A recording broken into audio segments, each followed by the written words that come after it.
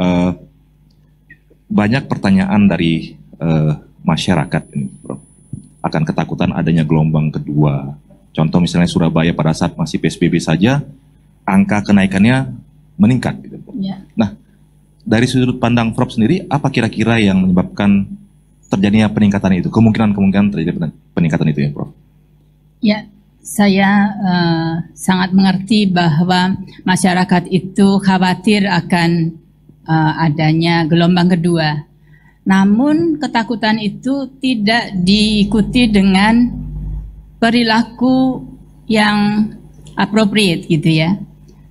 Takut gelombang kedua, tetapi justru sekarang kayaknya mereka merasa lebih leluasa gitu untuk pergi ke sana kemari, ada yang pergi tanpa masker, pergi ke tempat berkerumun, mulai coba-coba minum kopi, pergi ke restoran dan seterusnya. Jadi ketakutannya iya, tetapi perilakunya enggak. Dan kita tahu bahwa gelombang kedua itu bisa saja terjadi karena sekarang pergerakan luar biasa. Dari kemarin Lebaran orang pergi ke mudik, kemudian akan kembali lagi ke Jakarta. Jadi ada pergerakan orang yang banyak, juga masuknya ABK atau tenaga kerja dari luar negeri ke Indonesia.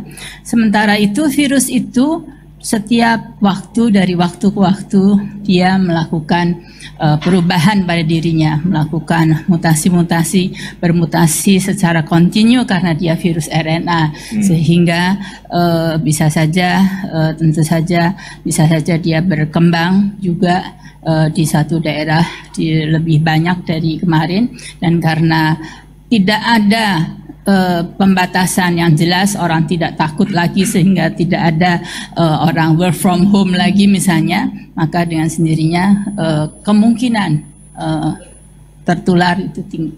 Baik, Prof. Tadi Prof sudah menyinggung kemungkinan perbedaan ada strain virus, Prof ya.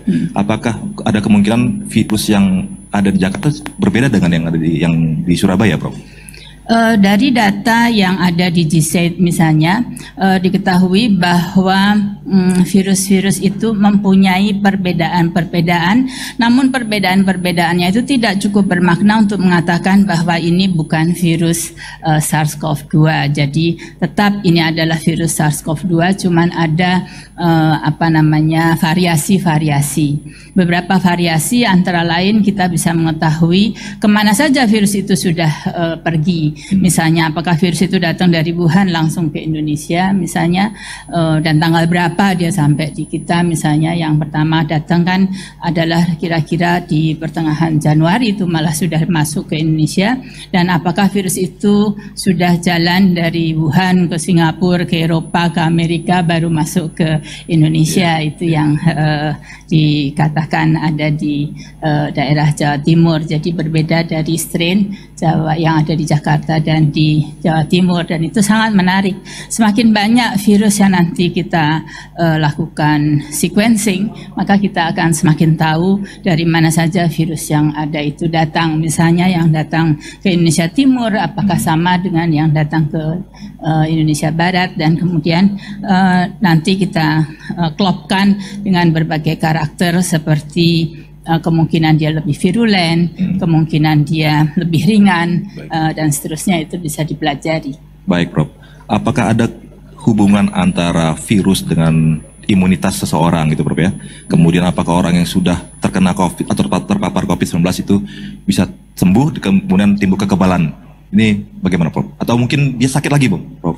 Ya, jadi untuk semua yang pernah terpapar, baik sakit maupun tidak sakit, dia badannya akan membuat kekebalan. Kekebalan itu terdiri dari meningkatnya imunoglobulin M dan imunoglobulin G. Jadi itulah sebabnya kita bisa mendeteksi orang-orang terutama yang sakit dengan rapid test itu.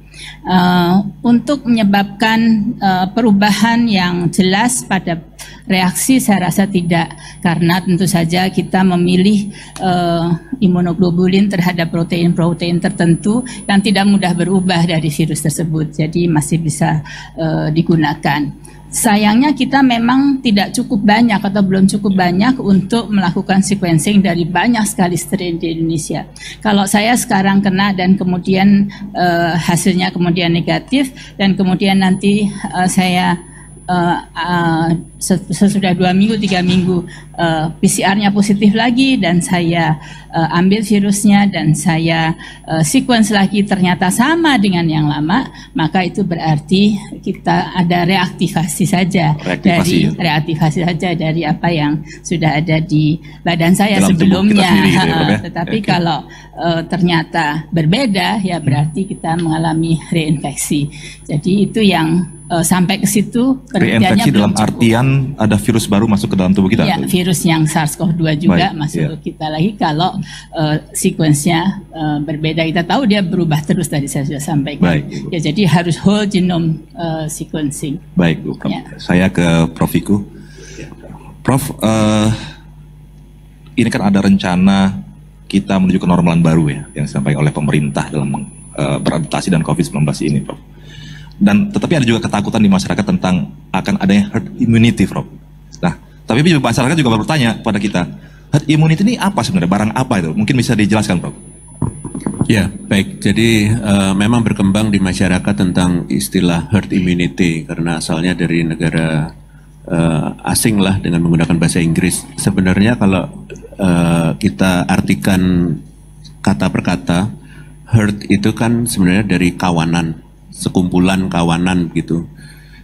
Kemudian immunity itu kan imunitas atau kekebalan. Jadi herd immunity adalah kekebalan dalam satu kelompok atau kawanan gitu.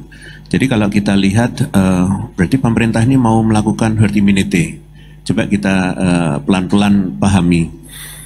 Jadi kalau tadi sudah dijelaskan oleh Prof. Pratiwi bahwa seseorang bisa saja terpapar oleh virus dan akhirnya individu tersebut muncul kekebalannya terhadap virus tersebut. Dalam konteks ini SARS-CoV-2 gitu ya. Jadi kalau 1 orang, 2 orang, 3 orang, 4 orang dalam satu kelompok kawanan atau sekelompok begitu, akhirnya timbul imunitas seluruhnya atau mayoritas, maka itulah yang disebut herd immunity dalam kelompok. Nah sekarang kalau kita bicara kelompok, Indonesia ini kan kelompoknya besar, 270 juta kelompok besar. Setelah itu kelompoknya dibagi-bagi dalam pulau, dalam provinsi, yang terpisah laut, ada yang dalam daratan. Jadi kalau kita bicara herd immunity, seandainya sampai terjadi, mari kita berpikir logika. Gimana caranya ya antar pulau, pulaunya beda, saling bisa menulari kalau enggak mobilitas antar pulaunya tinggi, terus interaksinya tinggi. Itu yang harus dipahami. Kalau kita bicara dunia timbul herd immunity, itu juga begitu. Berarti harus ada interaksi yang begitu tinggi. Baik. Jadi kalau kita berpikir tentang wah ini akan ada herd immunity, kita bayangkan saja kalau kita tahu bahwa virus ini menularnya melalui droplets yang kita sampaikan pada orang lain ke kita, padahal kita pakai masker, sudah tercegah itu satu. Yang kedua, kita jaga jarak, tercegah kedua. Ketiga, kita cuci tangan sebelum menyentuh mata, hidung dan mulut, tercegah lagi. Jadi kalau ada virusnya di tangan kita, di baju kita, selama tidak masuk ke dalam mukosa ini, berarti kan sebenarnya nggak bisa. Baik. Jadi artinya herd immunity itu kalau kita berdampingan, kita senggol-senggolan, tapi semuanya tertutup seperti itu, nggak akan terbentuk penularan itu. Baik. Sehingga imunitasnya tidak terbentuk. Nah bayangkan kalau semuanya sudah melakukan seperti itu, terus kita beraktivitas, kapan terbentuk herd immunity tadi? Akan lama sekali. Jadi apakah terus pemerintah mengatakan kalau kita mulai bekerja terus artinya oh ini maunya herd immunity, bisa bertahun-tahun itu terbentuknya herd immunity. Kecuali kalau dipaksakan semua kontak-kontakan ya, jangan pakai semuanya ya, dan moga-moga semuanya punya daya tahan yang bagus terus muncul. Nah begitu. Jadi tidak serta-merta herd immunity itu bisa terbentuk.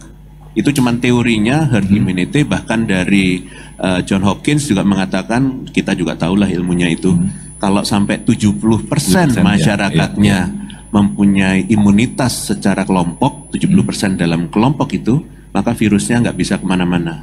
Coba dibalik, selama virusnya nggak bisa masuk ke mukosa itu semuanya, Ya. sebenarnya kan secara nggak langsung imunitas atau proteksi masyarakatnya terbentuk kan.